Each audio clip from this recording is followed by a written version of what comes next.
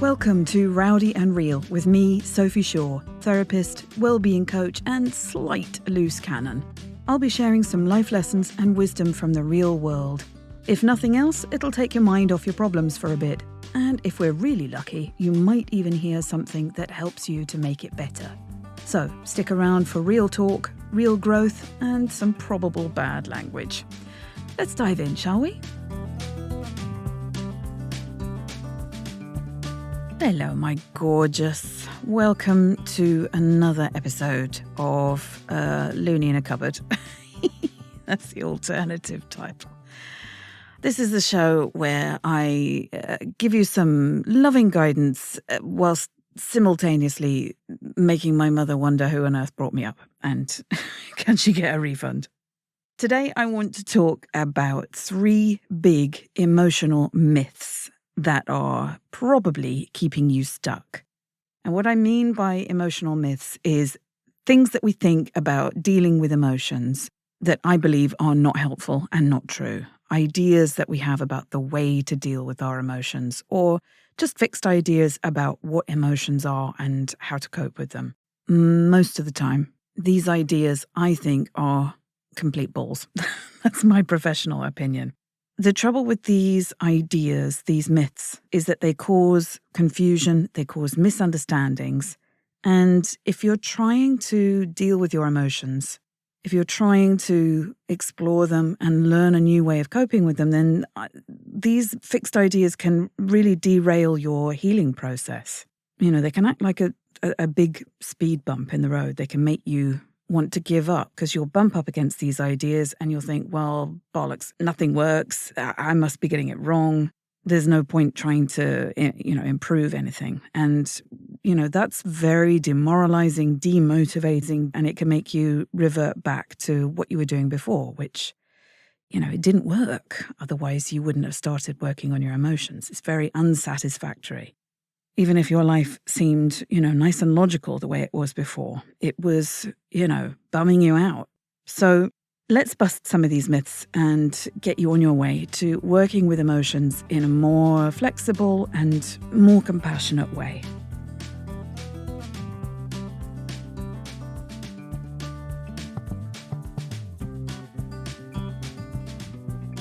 Okay, so super myth number 1 goes like this.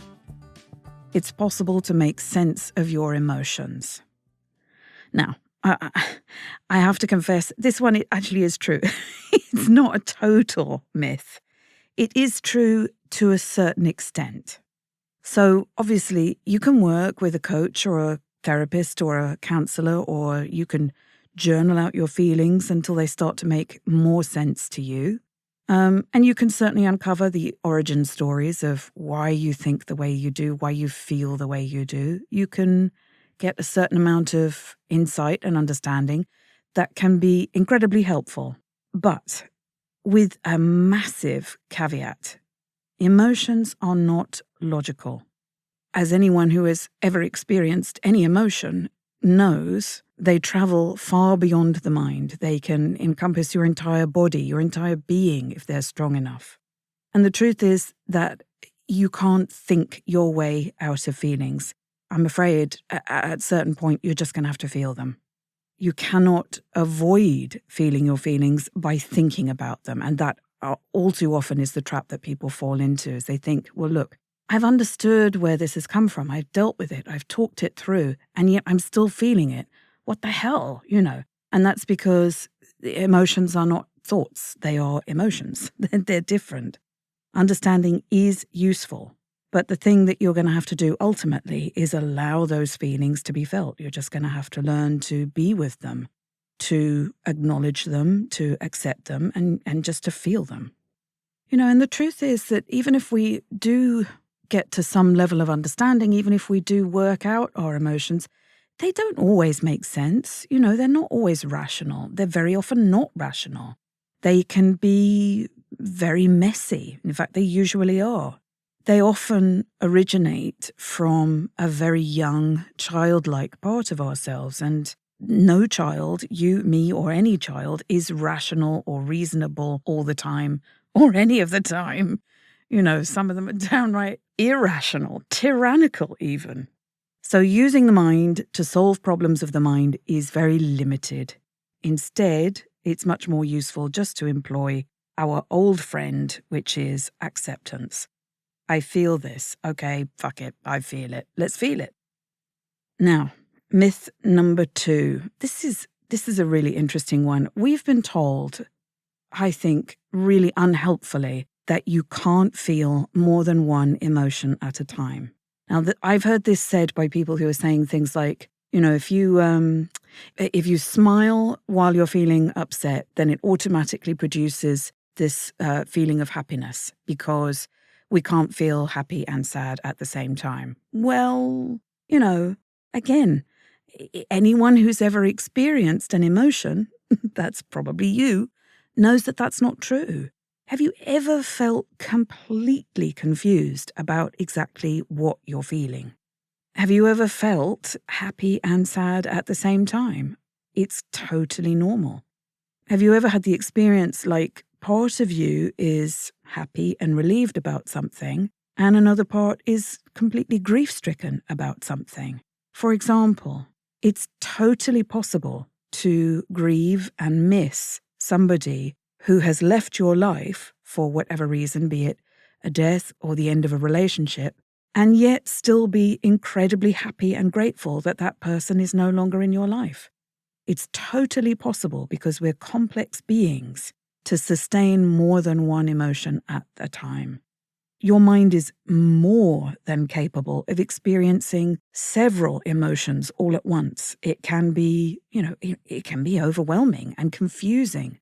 And if you have the mindset that you're only supposed to be feeling one thing, it's going to cause you to question why you're feeling something else, or worse, to feel guilty about feeling the other thing. Feel guilty that, you're not totally grief-stricken, you're a bit relieved. Or feel guilty that something good has happened to you whilst something bad has happened to somebody else. Or feel excited and terrified. Or feel amused and frustrated. I have that experience on a regular basis with my son, who is such a wind-up merchant.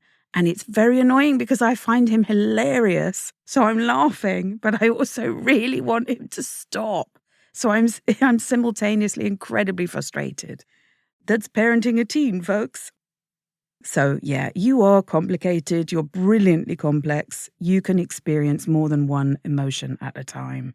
And the confusion often arises when you're feeling something that you shouldn't, air quotes, be feeling, or when you're not feeling something that you think you should be feeling.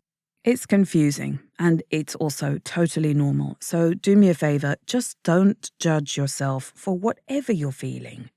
Even if your feelings seem to come from some incredibly toddlery, tantrumy type place, it's fine. And also, don't feel like you have to make sense of it either. See point 1. You don't necessarily have to make sense of your feelings. They're just feelings. Just let them be. And lastly, myth number 3. You can't choose your feelings. Well, this for me is a biggie. And to be perfectly honest with you, I spent most of my adult life believing this myth that you can't choose your feelings. You just, you're not in control of what you feel. You just feel what you feel. The experience of human emotions is often like that. They just come seemingly out of nowhere. And, you're just at the mercy of them. Whatever comes, and you feel whatever you feel. I honestly spent most of my adult life believing that it was ludicrous and unfair even to suggest that we could choose what we feel. And so what that meant in practicality was that I was at the mercy of every single emotional up and down. I was, bobbing along on the tidal waves of my feelings like a paper boat, because my emotions have always been pretty bloody big, really. So I would often get capsized completely and feel totally powerless.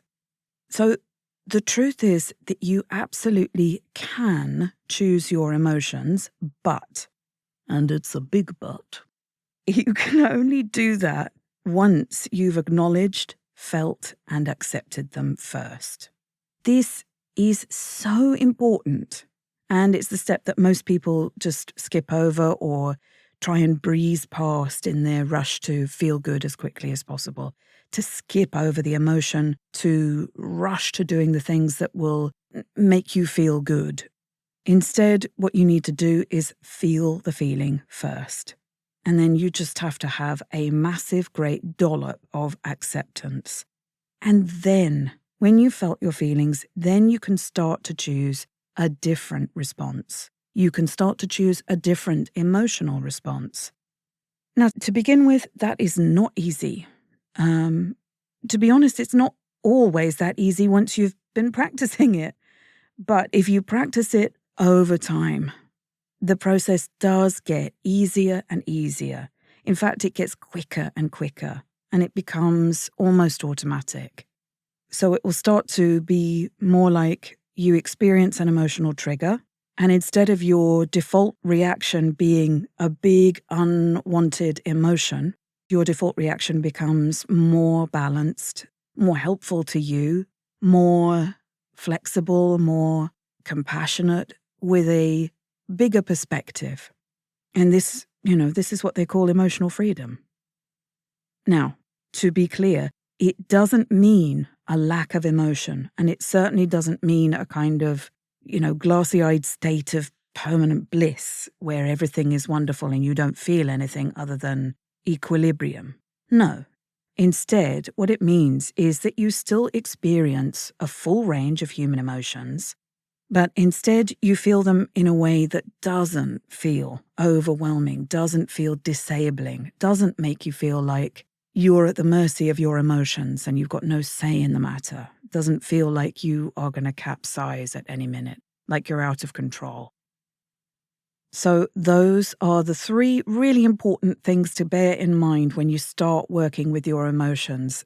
They will help you to have a much more allowing, accepting, compassionate attitude to what you feel. They will hopefully help you to stop judging yourself for feeling the wrong things. Now, I have one bonus myth for you. This is another really important thing to think about. And the myth is that if you sit with your emotions, you'll be overwhelmed by them. Now, this is a really sneaky little trap that most people who are working with their emotions fall into, in that they will try and find ways to avoid feeling the emotion because it is too much. And they will do that healthily or unhealthily. So, I've had people just as easily reach for, a quick meditation or some other kind of well-being practice just as easily as, reaching for a glass of wine or doom scrolling on their phone or overeating or, whatever else they might do to kind of numb or suppress the feeling. There are healthy and unhealthy ways of dealing with emotions, but first, as I've said, the emotion just has to be acknowledged, just has to be realized and acknowledged. Emotions that are avoided or squashed or kept behind the door or kept at bay, they will feel overwhelming. They will get bigger and bigger behind that closed door until they're the size of a, skyscraper. However, emotions that are allowed in, they might feel intense, they might feel really strong, but they then pass. And this is the thing that we have to keep reminding ourselves. It might feel strong, it might feel intense, but it will pass. And it passes so much more quickly when you allow yourself to sit and just surrender and let it in. Now, if you work with a coach or a therapist in a non-judgmental space, they will help you to allow this free flow of emotion to take place in a gentle, in a supported way so that you don't get overwhelmed. Remember, you might feel strong emotion, but you won't be overwhelmed. No more capsizing. So what do you think, my darling? Does this resonate with you? Have you been trying to work with your emotions and bumping up against some of these myths? Let me know. I'd love to know what you think. And I hope that this helps you to accept your beautiful, messy, irrational, illogical emotions just a little bit more. They're wonderful. You need them. And, you're wonderful. We need you too. Big love to you until next time. Tra! Thanks for listening to Rowdy and Real with me, Sophie Shaw. If you'd like to stay in touch, then please visit norwichtherapy.co.uk and join the mailing list to receive a gorgeous free meditation straight into your inbox. And if you'd like to chat with me about your stuff, then please book yourself a free 30-minute call at sophieshaw.as.me/free call, and we'll start making a plan for your happiness. This podcast is intended for educational and vaguely entertaining purposes and is not a replacement for counselling, psychotherapy or coaching. Please take responsibility for your mental health and ask for the help you need. You're fabulous and you deserve to be happy. Bye!